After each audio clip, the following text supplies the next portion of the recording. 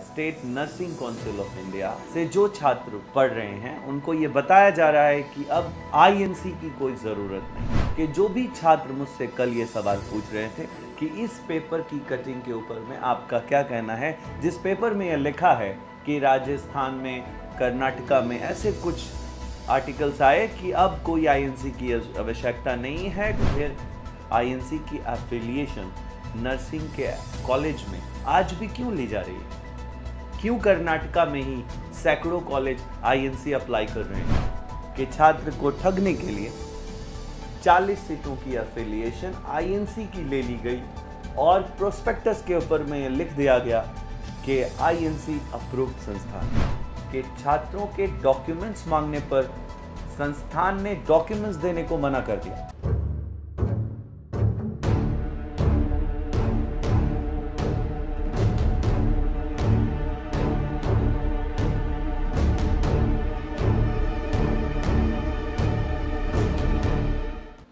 क्या खूब कहा है राहत इंदौरी साहब ने कि हमसे पहले भी मुसाफिर कई गुजरे होंगे, कम से कम राह के पत्थर तो हटाए जाते। इस शेर से समाज की रहबरी होती है, छात्रों की रहबरी होती है। हम फिर से आज बात कर रहे हैं पहले की वीडियो जो कि समाज के रिस्पॉन्स आने के बाद, सवालों के बाद बनाया जा रहा है। बात हम कर रहे हैं आईएनसी की, इंडियन नर्सिंग काउंसिल एफिलिएशन के बाद हुए हंगामे की, छात्रों के रिस्पॉन्स की और उनके ज़िंदगी के बर्बाद होने से उनको बचाने की। आईएनसी एक बड़ा एक तूफ़ान है आज छात्रों के लिए कि कई ऐसे छात्रों ने हमारे वीडियो के आने के बाद उन्होंने कई पेपर्स की छोटी मोटी न्यूज़ कटिंग करके भेजा और कहा कि कई पेपर्स में ऐसा लिखा गया कि state council of India, state nursing council of India से जो छात्र पढ़ रहे हैं उनको ये बताया जा रहा है कि अब आईएनसी की कोई ज़रूरत नहीं। हंसी आती है मुझे उस तरह के पेपर की कटिंग भेजने वाले लोगों और माफियाओं पे। कल हम ये कह दें कि हमें एमसीआई की कोई ज़रूरत नहीं, मेडिकल काउंसिल ऑफ इंडिया की कोई ज़रूरत नहीं एमबीबीएस कॉलेज के लिए। कल हम ये भी कह दें कि हम एआईसीटीई की कोई ज़रूरत नहीं टेक्निकल कोर्स को करने के लिए। कल हम ये कह दें कि फार्मा काउंसिल ऑफ इंडिया की कोई ज़रूरत ही नहीं फार्मा करने के लिए। तो ये काउंसिल्स की जब ज़रूरत ही नहीं है, हम मीडिया से सब कुछ कर लेंगे, पेपरों में लिख देंगे, पेपर के ज़रिए हमें सब कुछ बता दिया जाएगा और फिर 4 साल बाद जब हम विदेश जाते हैं या देश की बड़ी संस्थाओं में हम नामांकन के लिए या फिर नौकरी के लिए जब कोई फॉर्म भरते हैं तो उस नौकरी के फॉर्म पे लिखा होता है कि अगर आपको सरकार के किसी एक संस्थान में नौकरी करनी है तो आपका ये डिग्री एआईसीटीई से अप्रूव्ड होना चाहिए, नर्सिंग काउंसिल से अप्रूव्ड होना चाहिए, एमसीआई से अप्रूव्ड होना चाहिए। अगर हम उस कंसर्न डिपार्टमेंट्स के लिए हम जॉब की एप्लीकेंट के रूप में एक छात्र हैं तो। अब बात कर रहे हैं हम फिर से आईएनसी के ऊपर कि जो भी छात्र मुझसे कल ये सवाल पूछ रहे थे कि इस पेपर की कटिंग के ऊपर में आपका क्या कहना है, जिस पेपर में यह लिखा है कि राजस्थान में, कर्नाटका में ऐसे कुछ आर्टिकल्स आए कि अब कोई आईएनसी की आवश्यकता नहीं है, कोर्ट ने यह फैसला करा है कहीं स्टेट के पक्ष में। लेकिन आपने देखा नहीं कि आईएनसी ने उसके रिएक्शंस में क्या कहा। क्या हमें किसी सरकार के प्लेटफॉर्म से ये कहा जा रहा है कि हाँ, इस फैसले के बाद अब आईएनसी की कोई आवश्यकता ही नहीं है पूरे भारत में? तो फिर आईएनसी की एफिलिएशन नर्सिंग के कॉलेज में आज भी क्यों ली जा रही है?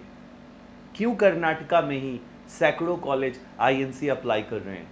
क्यों सैकड़ों कॉलेजेस में कुछ सीटों की आईएनसी मान्यता प्राप्त सीटें चलाई जा रही हैं? मैं फिर से इस बात पे आना चाहता हूँ जो एक बड़ा विषय है छात्रों के लिए कि छात्र को ठगने के लिए 40 सीटों की एफिलिएशन आईएनसी की ले ली गई और प्रोस्पेक्टस के ऊपर में लिख दिया गया कि आईएनसी अप्रूव्ड संस्थान, लेकिन उसी संस्थान में 60 सीट, 120 सीट गैर आईएनसी अप्रूव्ड चलाए जा रहे हैं।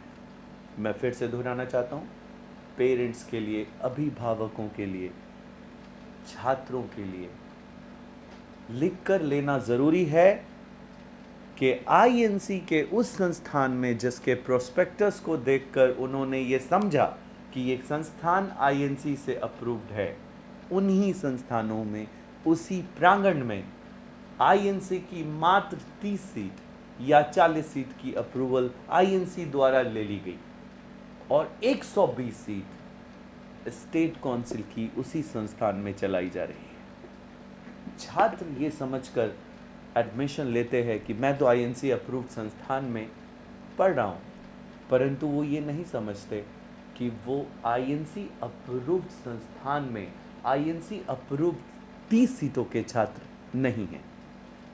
इस तरह से एक किसान के बेटे को ठगा जा रहा है। एक छोटे मोटे घराने के जब बच्चे पलायन करते हैं बंगाल के धरती से कर्नाटका के लिए, बिहार से कर्नाटका के लिए, बिहार से दूसरे प्रदेश में, तो कभी लोन लेते हैं, कभी माँ अपना गहना बेच देती है और कई कंप्रोमाइज़ के बाद एक छात्र हिम्मत कर पाता है राज्य को पलायन करने के लिए, अपने भविष्य को बनाने के लिए वो पहला कदम उठाता है और 4 साल बाद उसे जो डिग्री मिलती है, वो डिग्री से वो छात्र उस राज्य के अलावा कहीं काम नहीं कर सकता।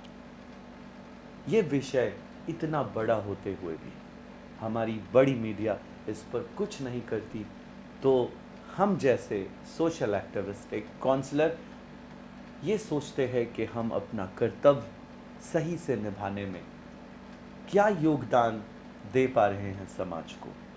कल के रिस्पांस के बाद, वीडियो के आने के बाद कर्नाटका से कई फ़ोन आए, कई फ़ोन बिहार के, कई बंगाल के फ़ोन आए और उन्होंने अपनी सर्टिफिकेट्स भेजी, उन्होंने अपने रिसिप्ट भेजे और फिर ये वेरीफाई कराया हेल्पलाइन नंबर से व्हाट्सएप पे भेज करके कि मेरी डिग्री का क्या होगा। उन्हें सही जवाब दिया गया। उन्होंने इंस्टीट्यूशन जाके पूछा, छात्रों ने अपने मालिकों से, छात्रों ने अपने प्रिंसिपल से, छात्रों ने कॉलेज के ऑनर से ये पूछा, जिसके जवाब उनको नहीं मिले।